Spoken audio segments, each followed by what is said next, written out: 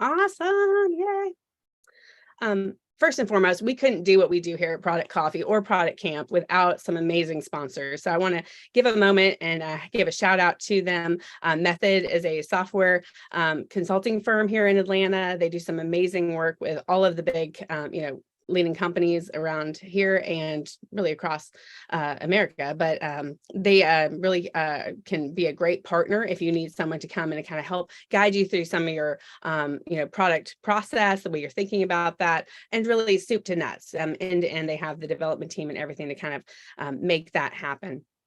Sophion has been a great partner for us, and if you haven't yet seen their Acclaim software, which is for product managers, I highly recommend hitting their website and requesting a demo, or obviously hitting up Brian or Libby that participate here in the Product Coffee community, and just they would love to show it to you, and it really it's about getting feedback as well, right? So it's not just thinking about that from the sales perspective, but also just them understanding how to make the software better for us as PMs. Genuine Parts Company joined us as a sponsor here this last year. They have a lot of roles that have been open as they're transforming their product management organization. So if you are looking for that next product owner, product manager role, I highly recommend going to their website, the careers, or if you go to Product Coffee /GPC, we have that link right there for the careers page. And I'll drop it here in the chat in a minute. And of course, John, do you want to talk for a minute just about Product Management University? Because I can never do it good justice. Thank you, Holly. So Product Management University, there are about 1,000 trainers out there in the product management space today. And I would say, the couple of things that we do different from all the others is, there are concepts about meeting a market need. Those are pretty universal, right? We have fine-tuned our framework for B2B because it's not just about understanding what users want, but you have to understand what's valuable to the organization, and that'll lead you to the right user. So the B2B model takes into account all three layers of the customer organization. That's number one. Probably the most important thing that just cuts to the chase and simplifies everything. And for those of you who are regulars on Product Coffee, you've heard me talk about it before. It's our focus on outcomes, right? So always start with the customer's outcomes and what they are trying to accomplish. And that will get us laser focused on the biggest obstacles standing in the way of those outcomes. And we build our strategies, plans, roadmaps around those. And the last thing is the personalization. So when we do, whether it's a live class or even if you do our on-demand courses, the course is structured so that we are doing exercises and things that are relative to your products, your customers. So in other words, your customers and your markets are the case study for how we facilitate the class, so that when the training is done, you walk out of the class knowing what does good look like for me under this model, because you've done a bunch of these things in the class for your markets, your products, your customers. So it's very personalized to what you do. It's not generic, broad brush stroke kind of stuff. It is all about you, your products, your customers, and you know exactly how to put it into play because we will do it together in the classroom first. That's awesome. Thank you so much for sharing that, John. And for those that somehow, I can't imagine, I don't know John, John has just been a huge, supporter of the Atlanta product community for, gosh, not to make anyone sound older than they are, but probably as long as we've had an Atlanta product community. I was probably there too. So I feel the white hair.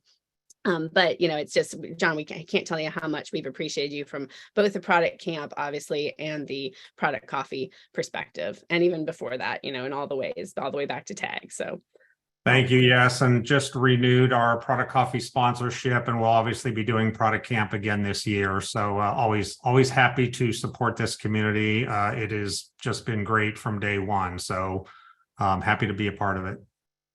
Thank you so much. Truly can't do it without John. All right, on to what's next. For if you're like me and anyone else here, I think you just can't get enough. We're just soaking in all the product awesomeness. this is one of those wonderful weeks where we have more than one thing that happens. I get super excited about this. We have product coffee today, and then we're double downing because on Friday we have our July workshop. So we have a workshop on AI prompt engineering for product managers. Misha, for those that know Misha, who's part of our product coffee community, he is going to lead that. He's the vice president of artificial intelligence product at Cherry.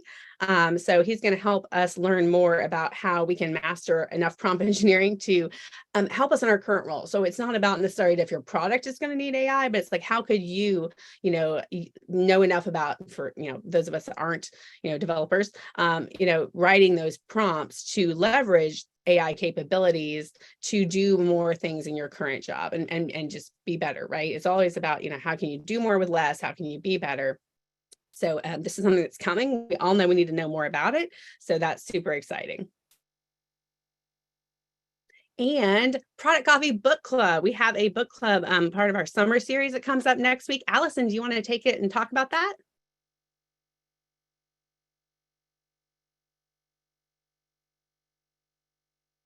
Allison, are you there? Come on, Allison, don't be shy. We saw you. Did I lose Allison? So sorry, I should have warned Allison I was going to do that. She did message me this morning and mentioned that she may not be able to stay for the whole thing. Is Manish on? Or I don't see Manish.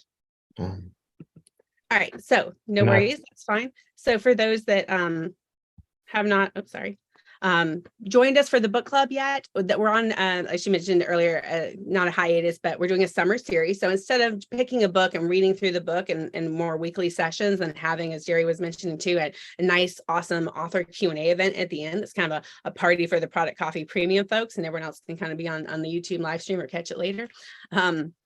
We are doing a shorter series. So we're picking some nice little small snippets of things, easy read, right? Because it's summer, who wants to spend all their time at the beach with a soggy book? So this next one is this next Friday at 10 a.m. So this Friday at 10 a.m. is workshop. Next Friday at 10 a.m. is book club. And what do you need to read is this article that's right here. And if you go to just productcoffee.com/book club to sign up, register, you'll see all the things. You'll also notice this and all this information on the productcoffee.com/events page. I would highly recommend that you check out our events page. It's just a great place to see what's up, what's coming next. And as we slot in events and as I, as the programming lead, plan out more things, they end up on the events page. So just maybe, favorite that so you can get back to that easily. Before we jump into our session, I want to remind everyone as well to go to productcoffee.com/notes. Pull that up. We really appreciate everyone jumping in as a group to take notes through the session. It's hard, especially if you're, talking, or in my case, you're trying to host and all of that, to take good notes. And I think it's always valuable to get other people's insights as well, because you'll hear or learn something differently than I did. Fun fact, former teacher. So we all perceive things differently. And so it's super valuable to take notes as a group and as a team. So if somebody says something interesting in the chat or shares a resource, if you'll help us copy that into the notes document, along with your own personal notes, and then save a copy of that. It's yours forever. And without further ado, I'm going to jump over to talk about today. So today I am super, super excited. Just couldn't say it enough to have somebody at this level. Elissa is an author of The Profitable Startup. She also is herself a practice product professional and has done some amazing things in her product career, from startups to enterprises, and continues to has founded her own product consultancy and helps businesses from small to medium size just break the mold, right? And not fail and not do what John was talking about earlier, right out the gate. So we are thrilled to have her join us for this. Today, we're going to kind of learn a little bit more about her framework and her structure. And then fun early view for those that, just to whet your appetite, Elissa has agreed to do some workshops for us to dive deep into some of the tenets of the book. So with that, Elissa, I'm going to toss the ball to you and let you introduce yourself further.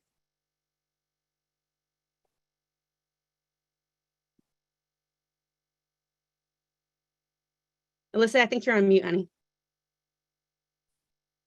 I'm going to go ahead and share, and then I'll dive into it. All right. I did not realize the sun had changed its angle, and I'm now sitting in a window. A halo, I guess, the halo. Same Should I here. sing that song, Beyonce? All right. Well, I'm gonna first, before I kind of introduce myself a little bit further, talk about sort of our agenda today. Talk about, the current product development landscape and its common pitfalls. I've been in the product space since the late 90s, and we'll get into that a little bit more. I think it's time for some fresh perspective in the landscape. So I'm going to talk a little bit about how the profitable method of product management came to be. And then we're going to go over 4 key components of the 10 steps in the profitable method. We're going to compare and contrast the traditional product development path with the profitable way. We're going to talk about a revised approach of thinking through features and financials. We're going to talk about what I like to call the secret sauce, which is orchestrating experiences in order to deliver on the brand blueprint, and also iterating through dot releases before you start development. I have a lot to say about that one. So just a little bit about me. So like I mentioned, I started in product for a consumer electronics company. They provided 25% of the global universal remote controls in the late 90s, right after the dot-com crash. And from there, just continued completely staying dedicated to the product path. I've never veered from that in my career. And from that, I believe I have a pretty interesting perspective.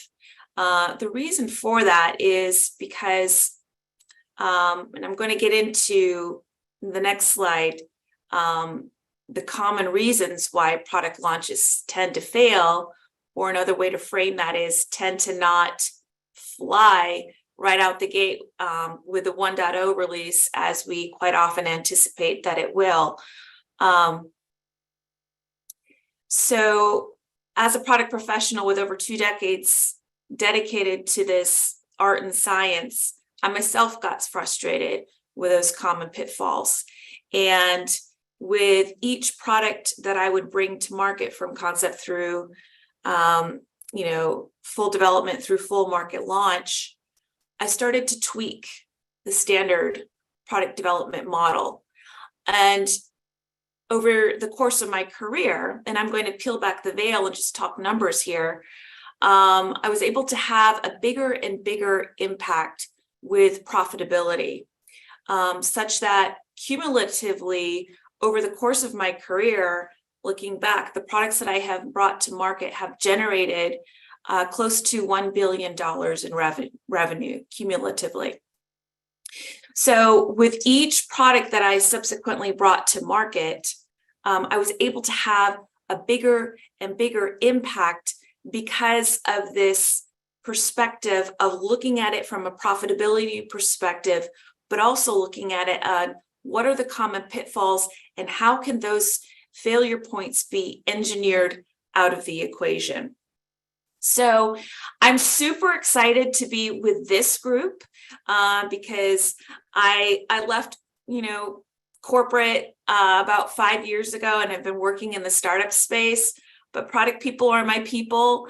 And so I'm making a little bit of a pivot as well in bringing this methodology into corporate enterprises as well. And it's starting through all of you. And it's exciting to have this conversation because if you think about it, number one, you are essentially, as a product owner, a startup CEO in your organization for your product. And so there's really no difference between the startup CEO and the product owner. The only subtle difference is in a corporate environment, you have to manage teams typically through a matrixed environment, whereas a startup CEO, has those functional areas as direct reports. That's really the only difference. And the other reason why this is exciting is because I'm here to help empower you. Because profitability, needs to be front and center in the conversation, especially today. And as you think through the things that I'm going to be presenting to you, my hope for you is that you will think through, how can I make a bigger impact in my organization from a profitability perspective?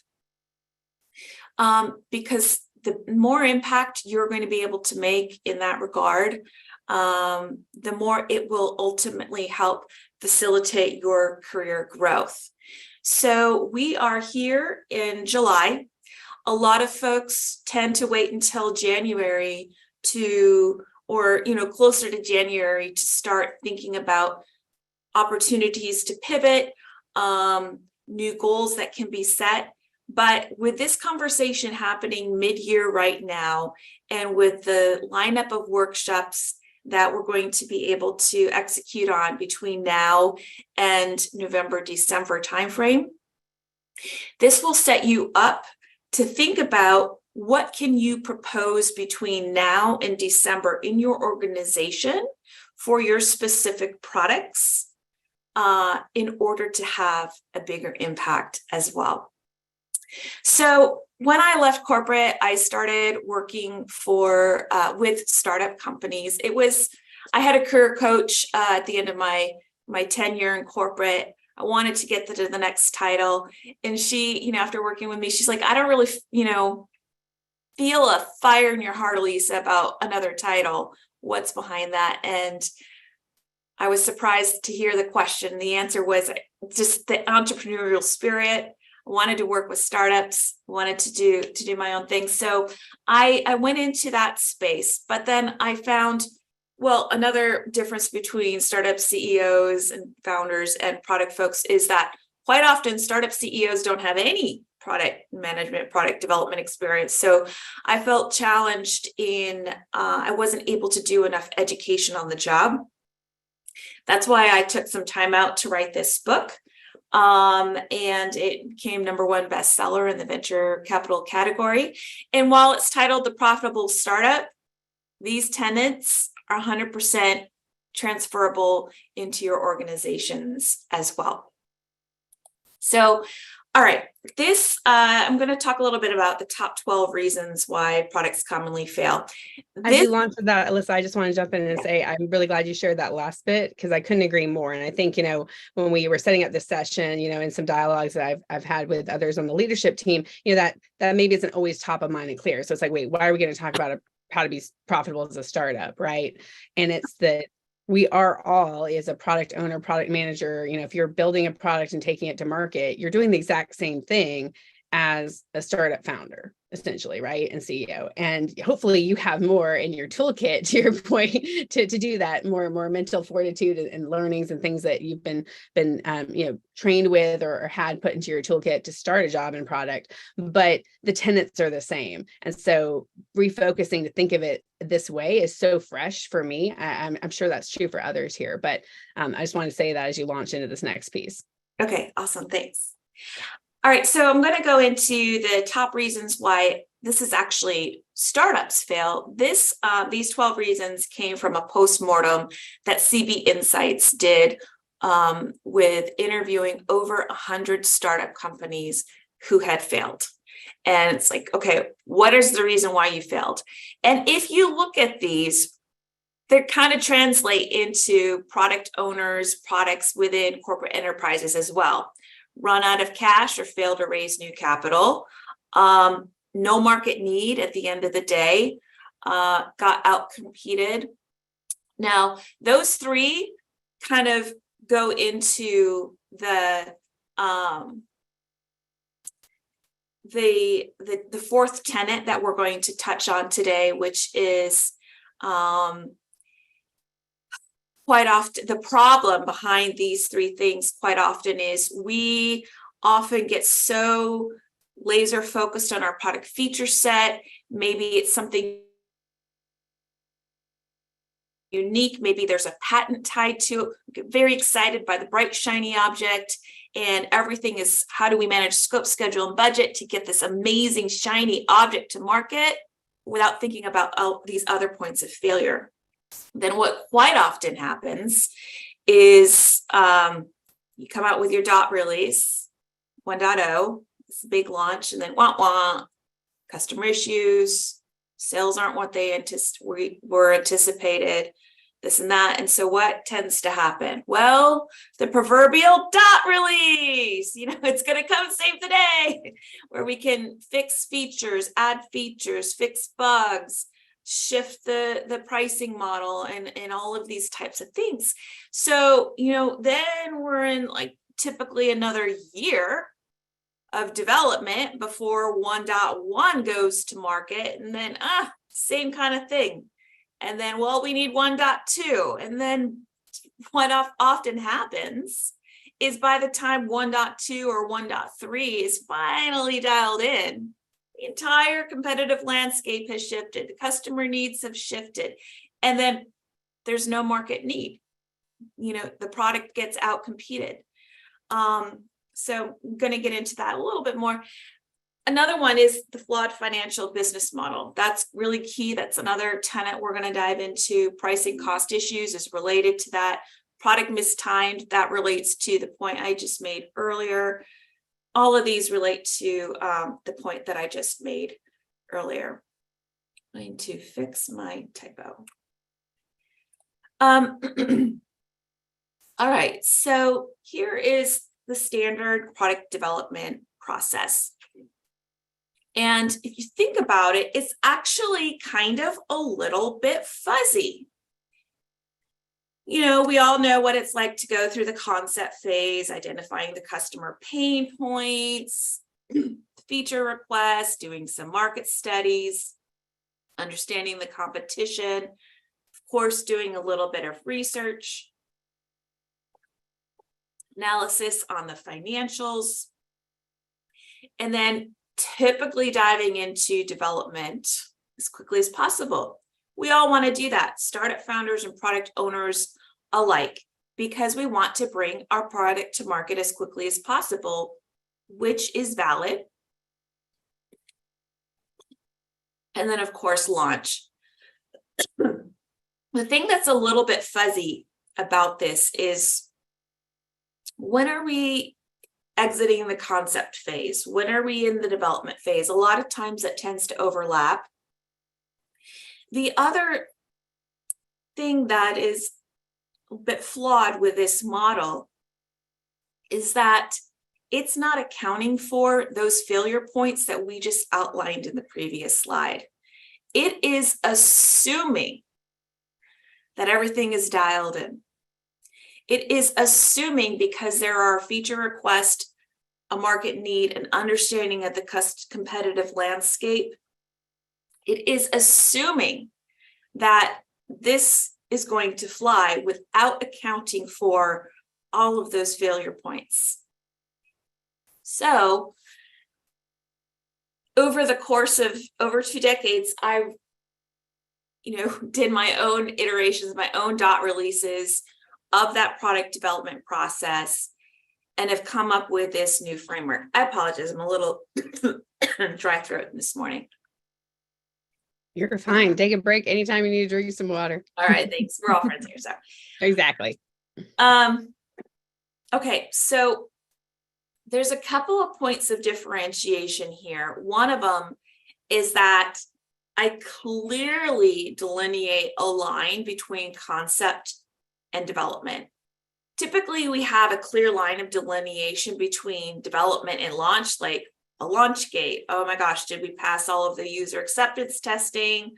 Have we, fixed the bugs that we know of? All right, let's launch. That tends to be more of a formality. There's less of a formality between the concept phase and the development phase. And that's where this methodology is different. Because while we do want to dive into development as quickly as possible in order to get this to market as quickly as possible, by spending a little bit more time and a little bit more resources up in the concept phase to do some of the things that I'm going to dive into in the upcoming slides, while that might cost a little bit more And while it might take a little bit more time before development has begun, what you are able to avoid is the proverbial 1.1, which takes another year, 1.2, which takes another year, and sometimes 1.3, which takes another year, all which ultimately leads to product launch failure. So that's one key difference between this methodology and the standard methodology. Another thing is you notice that there's a second swim lane here, and that is the service design blueprint. So this I'm so excited to talk about. Is anybody, I can't see everybody here, but Holly, maybe you can tell me how many folks here are familiar with service design, have, you know, done some work in the service design area? I don't know, how many people, really think of this as part of their, go to market with a new product. But I can tell you times that even personally, working in a big enterprise, you kind of sometimes have to stay in your lane. You get told to stay in your lane, and that servicing of the product is not, under your purview, is not part of what you're responsible for. And I've seen times where not having thought that through resulted in the product ultimately failing, or certainly having very dissatisfied customers that impacted the perceptions of the product in the market, which was my problem, even though I didn't own, that servicing piece. So I think that I get super excited when when we were talking about all of this and you brought this up, because I think that's a great tenet to have when you start down the whole cycle of building a product, to think through that whole how that's going to lay out and build that in to engineer success later. But I'm going to open it up to the floor. If anybody wants to, share a example, either good or bad, of yes, you do this and it's great, or it's bad, I don't know, or no, you haven't done this and what happened. Anybody? Quiet group this morning. Bueller. Hey, I'll chime in. Thanks, Mark. I'm in the car here. So yeah, it's never been something that I own, but it's something that ultimately I'm going to be accountable for. So you have to be very diligent with a handoff to your implementation team, your servicing team. And to me, the key has always been make sure you always have good documentation. What I've tried to do, though, is also bring in some of the implementation people towards the latter stages of the go-to-market planning, so that they're not hearing things for the first time when we go live with a product or when we launch a product. Because to me, that's where a lot of products have fallen down. Is not so much the design or the build or the market need. It's once you implement it, it either doesn't do the things that you said it was going to do, or it takes twice as long and 3 times as much. So I don't think it's an ownership, but you really have to make sure that the people who own it understand what they're supposed to be doing and what the product is supposed to do. Right. I would agree, Mark. And I would even advocate campaigning for, if you're part of a reorg or restructuring, for some of that ownership to fall under a product. I was in an organization where it wasn't. And, what I just talked about. And then when we reorged, eventually the professional services and implementation teams were put under product management. So if you were like the head of product for that division or that larger group, you had the managers of the PS team reporting into you. And that really changed that model in a way that was really good, and helped just really think of the product as both tenants, both pieces of both what is the actual software and what do we do after that. John has his hand up, so I'm going to call on John. Thanks, Holly. So I love seeing this whole service design blueprint, and I think the reason I like seeing this most is I'm starting to see not just this, but on a couple of other fronts in our product profession, some of these concepts that were truly successful years ago. And Mark, who I've known for years, and Elissa back, we've all been in product since the 90s. We were doing some of these things back then. So in my product manager days, we brought people from our customer onboarding team into the design and development of the product early on. In fact, we had to get their compensation structure changed to take them out of billable client hours to get involved in the design early on, so that we took into account how we were going to onboard customers as we were designing and building the product. And I wouldn't trade that for anything, because not only did the knowledge transfer begin way early in the process, right? We were essentially training the trainers on whatever the new products and features were, starting with design, and they would even come in and help test it and do all sorts of things that transferred that knowledge from product management and product development out to our customer onboarding teams. And, you know, like everyone's talking about here, I mean, great products have failed because we didn't know how to onboard customers and make them successful with it. So, you know, I'm all in on this one. Great. So I'm going to tease out a couple of things that both of you said a little bit more when it comes to Service Design Blueprint. But one thing I want to sort of lay down as a foundational concept here is, if you notice, there's already some service design work being done in the concept phase. Now, I received a question from somebody, and they sent me a link on the web of a definition of service design. So I think number one, we need to all get clear in this group what we mean by that nomenclature, because the link that I was sent essentially outlined a customer experience journey map, which is definitely a key component of it. But where I'm going to take this conversation is a little bit beyond that. That customer experience journey map needs to ideally be done, in the concept phase. And the reason is because we as product professionals, by default, focus on our product feature set. That is our job, right? And our product feature set is tied to the brand promise of what we want our product to deliver when it goes to market. However, what I'm proposing that we start thinking about here as well is, in all of those customer touch points in the customer journey, using the LB Guts model, learn, buy, get, use, pay, and have support, which essentially translates to marketing, sales, operations, billing, and care, that we take that customer experience journey map where we essentially ideally baseline the customer experience at all of those touch points in all of those areas. And from there, in addition to delivering a product feature set to deliver on the brand promise, we're also engineering a service experience for all of those customer touch points and being very intentional on how all of the interactions in marketing align with all of the interactions and promises in sales, which aligns with all of the interactions and promises with operations and billing and customer support, so that they're all consistent, so that the entire organization is delivering on the brand promise of the product feature set with this framework on day one of launch.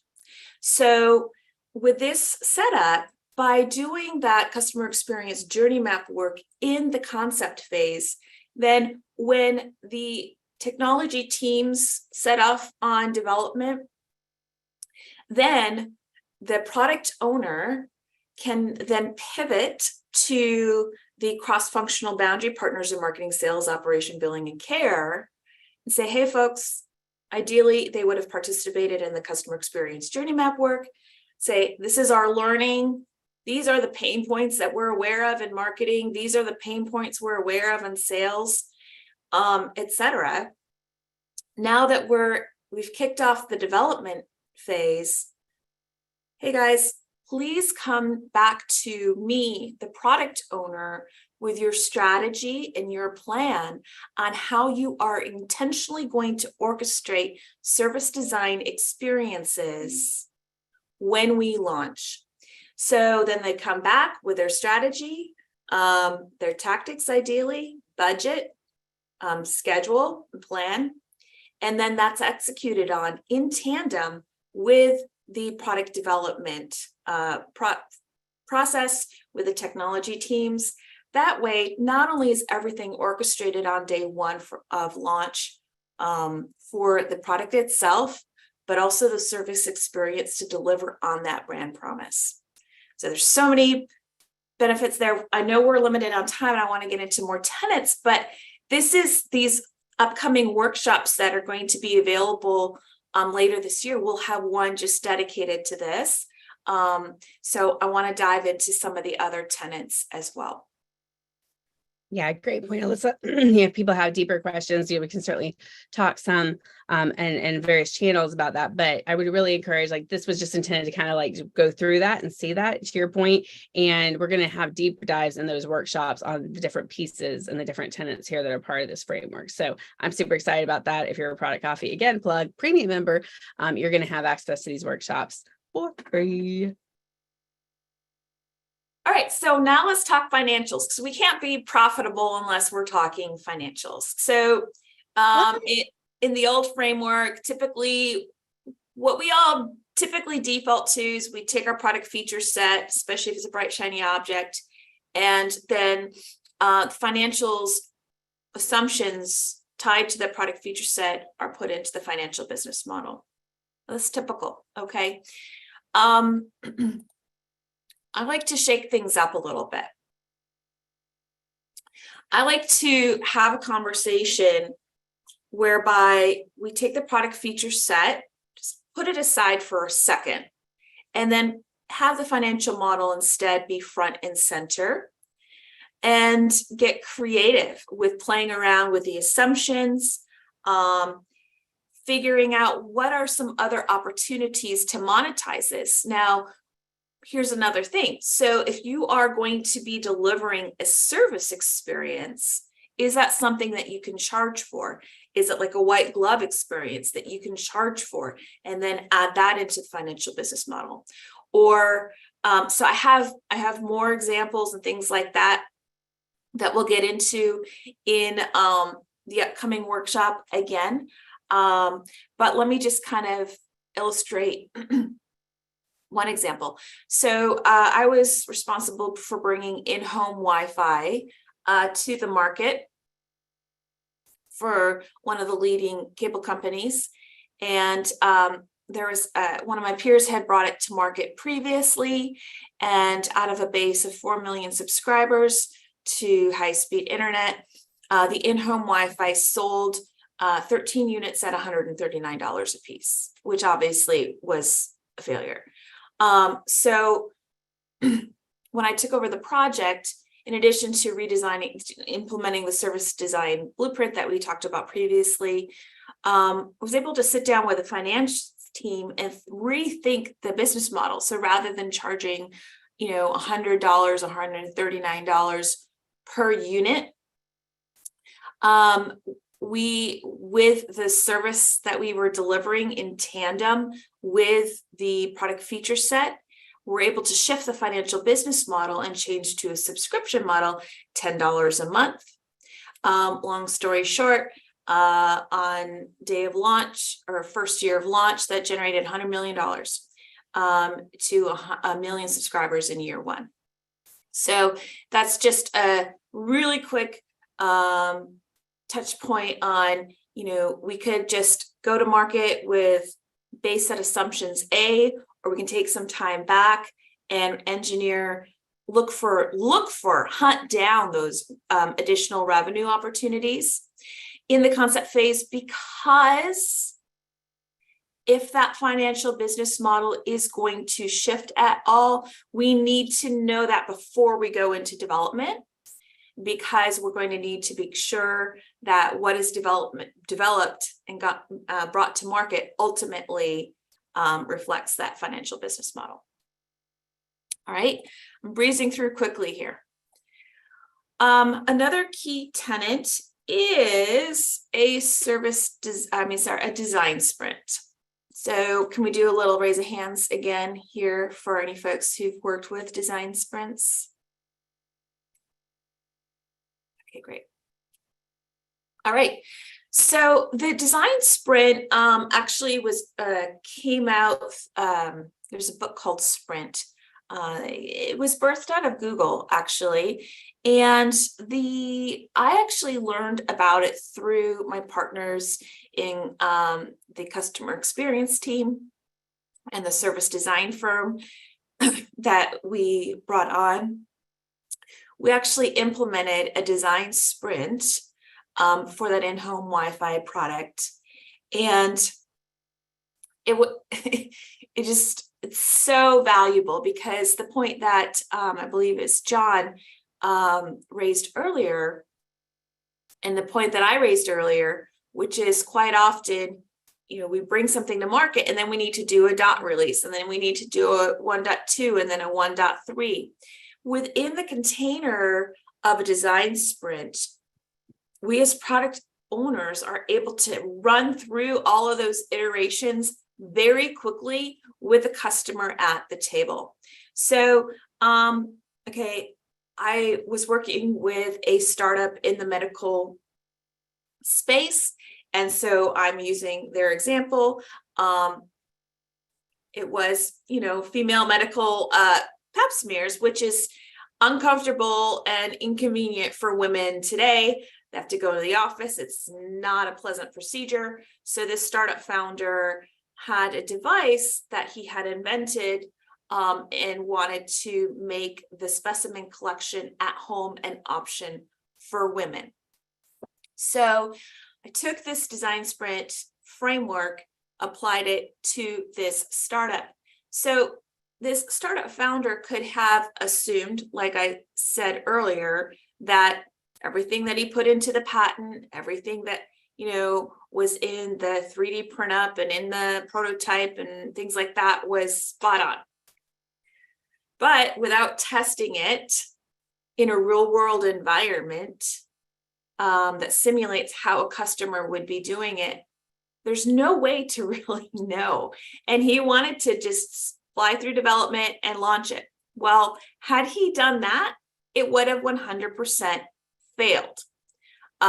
So what we did instead was executed on a design sprint, and with 3D printing and using materials that were FDA approved, we were able to enroll some doctors and some female patients, test iteration number 1 in the morning, come back in the afternoon. What did we learn? What worked? What didn't work?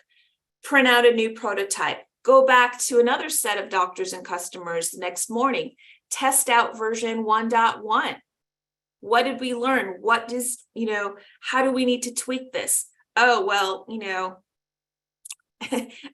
we learned that the anatomy is different than we assumed it was. And so therefore we need to shift the actual framework of the design. All right, so print out another one. And you get the idea. Wait, they were designing this device and they weren't clear on the anatomy? Sorry. Yeah, I learned a little bit more about female anatomy. Yeah. Anyway, so that you all get the point. So the point of incorporating a design sprint is to fail intentionally. Probably not fail, but tweak intentionally, but in a real world environment that simulates how the customer is going to use it, so that you can learn before you develop rather than after. So that's another core key tenet. That's it for now. So Hallie, where would you like to take the conversation here? Well, I would not like to deep dive into the last example for obvious reasons, but I appreciate you sharing that. I think it's a great point of, when you're like in love with your idea and you don't properly think through all of the things that you should when you're getting started there, and have to recover from that later. So I appreciate you sharing that. Really, the keys, to me out of this are, thinking about how we're going to approach on our servicing, when we get started, and also, making sure that we have a good rigor around our design. And I'm super excited about the book. I appreciate you sharing that. So if anyone wants to email Elissa and get a free copy of the book, I highly recommend that, and probably reading it, because reading it ahead would set some foundation as we go into some workshops and deep dive into some of these pieces. Elissa, did you want to mention how you're thinking of the 4 workshops, just so people have an idea of what those 4 things are specifically? Yes, so we covered 3 of the tenets today. We didn't dive into the 4th one, and that's okay. But what we are wanting to do is execute on these 4 tenets in 4 separate workshops between now and the beginning of December. And so we'll dive more deeply into each one of these subjects in that workshop, and we'll also do some breakout sessions where you can talk through how you might apply this in your organization, bring up questions, have some group dialogue. And the intention behind that is that if these are things that you might like to propose to your leadership, that you execute on either your current product or an upcoming product, now is a great time. These last 6 months of this calendar year is a great time, because if you are going to need budget to execute on any of these things, now's the time to account for that and plan for that. So we'll do 1 workshop on service design blueprinting, and that will include thinking through what would you need to execute, who would you need to enlist in executing on that. What other resources might you need to bring in? How might you propose this to your leadership? How might this impact your particular product? The same for financial modeling. Now, I know not every product owner and every enterprise has direct access to input into the financial business model, but I would like to argue and advocate for you in your position that if you're able to shift the conversation to, hey guys, I'm seeing some opportunity where we might be able to be more profitable. That's a very hard thing for financial people to argue against. And again, for you, that, shows leadership. It shows that you care about the bottom line, and ultimately improves the impact that you're able to bring to your organization for your product. So we'll dive into that conversation in the 2nd workshop. I think I'll just add to that, Elissa. I think that, to that point, you have to, I think we all get that concept, but you have to be able to back it up. Like, you can't, it's one thing to say it, right? But you have to be able to show it, show that your leadership, something that backs up. This isn't just a feeling of mine that if we, build X, this will happen. It can't be field of dreams, where you just have a feeling that if you build it, they will come. You have to actually be able to show the numbers. And so I think walking through it, how would we get there? What kinds of, artifacts, things we can use to paint that picture is really, key for everybody. I mean, I'm not sure if you already addressed this, but I just wanted to mention, John asked in the Slack, in your model, if you have a step that precedes the concept phase, or are you starting with feature validation? Well, I mean, to me, it's all encompassing in the concept phase. So we're going down in that concept phase as the starting point, is what you're saying, yeah. Right? Mm-hmm. Yeah. Okay. Workshop number 3 will be thinking through design sprints. Now, design sprints, we can think through it from your product feature set. We can also think through a design sprint from a service design blueprint. So because we will have already had the service design blueprint conversation in the 1st workshop, we'll be able to thread that into the 3rd workshop and figure out, if you were to incorporate a design sprint, how might you do that? And for your particular product in your particular organization, would executing on a design sprint on the product feature set make the most sense? On orchestrating experiences in a service design blueprint, or a combination of both, which I think is the best scenario in most cases. And then in the fourth workshop, we didn't touch on this tenet in today's discussion, but we're going to be talking about reframing that gate review between the development phase and launch. There are some standard things that are typically in that gate review for us as product owners, but in that workshop, we're going to pull in the profitability aspect of it and add some check marks into that gate to ensure that ultimately your product is reaching your profitability goals as you bring it to market. Awesome. Thank you so much for laying that out, Elissa, so that people could see how we would break that down and how we would go into that further. I apologize. I'm trying to retreat from the sun in my office. It's definitely an attack right now for those of us that are on the vampire side of life. So before I burst into flames entirely, I just want to open it up to anyone who has any questions on what we walked through today, not on the upcoming workshops. They'll get announced. They'll be awesome. But really just on today's topic.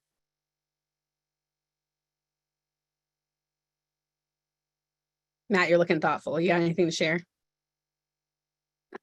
I was just gonna, which Matt? Yep, it was you. Go for it.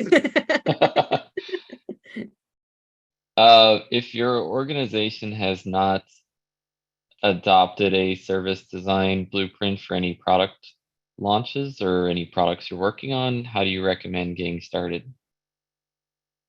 So just practically speaking on how to implement it, there's a couple of options. One would be proposing to bring on a service design firm. I have a couple references. It is pretty expensive, so it depends on, the scope and scale of your organization and your particular product. That said, there are things that you can do as well. It doesn't need to be a big budget. So one thing we might actually consider doing is through Product Coffee, which would be a separate event, is doing a service design jam, where if we are in a organization where we need to be a little bit more scrappy and kind of do the work ourselves, in the service design jam we can really dive in and figure out what that might look like. Jam. That'd be cool.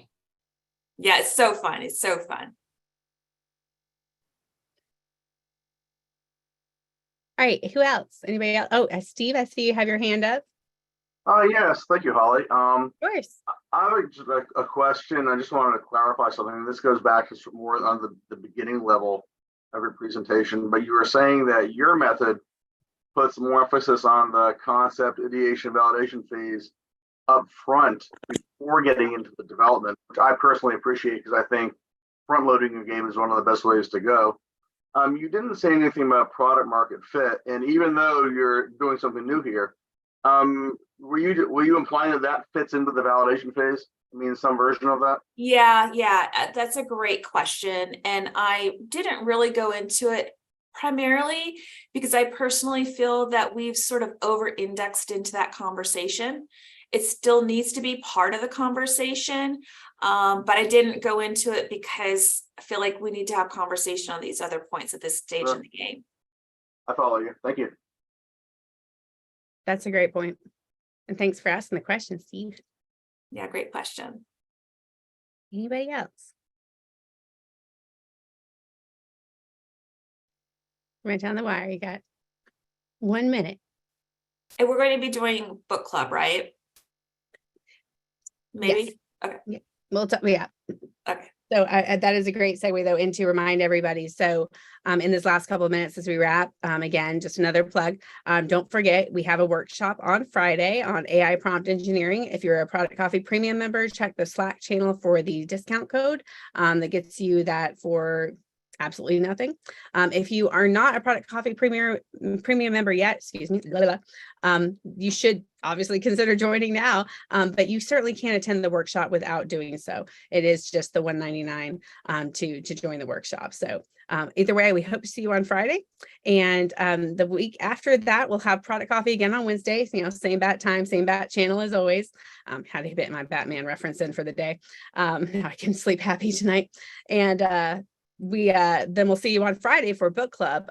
So check out productcoffee.com/book club for the link, or the productcoffee.com/events page for the link to what we need to read for the book club session. And we're looking forward to more awesome content here with Elissa in the future. So welcome and thank you for joining us in the community at a deeper level, Elissa. And we'll talk more soon. If anyone wants to hang, I'll hang here. But I understand that people are at the top of the hour here and people are going to have to go. So I just want to thank you again for an amazing session. I think we had a great conversation and appreciate everyone bearing with my technical challenges this morning. It's always fun seeing what Zoom is going to do. Or Chrome, in my case. Still have errors in Chrome. I'm gonna go figure those out later. Anyone last minute thoughts?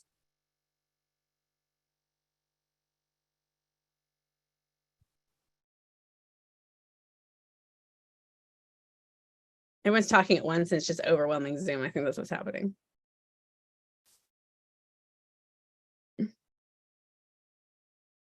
All right, guys. Well, I really appreciate it. Have a great day and we'll see you again next week. Bye. Bye now, y'all. Bye, Steve. Bye, Matt. Bye, Peter. Bye, Mark, Lewis, Charles.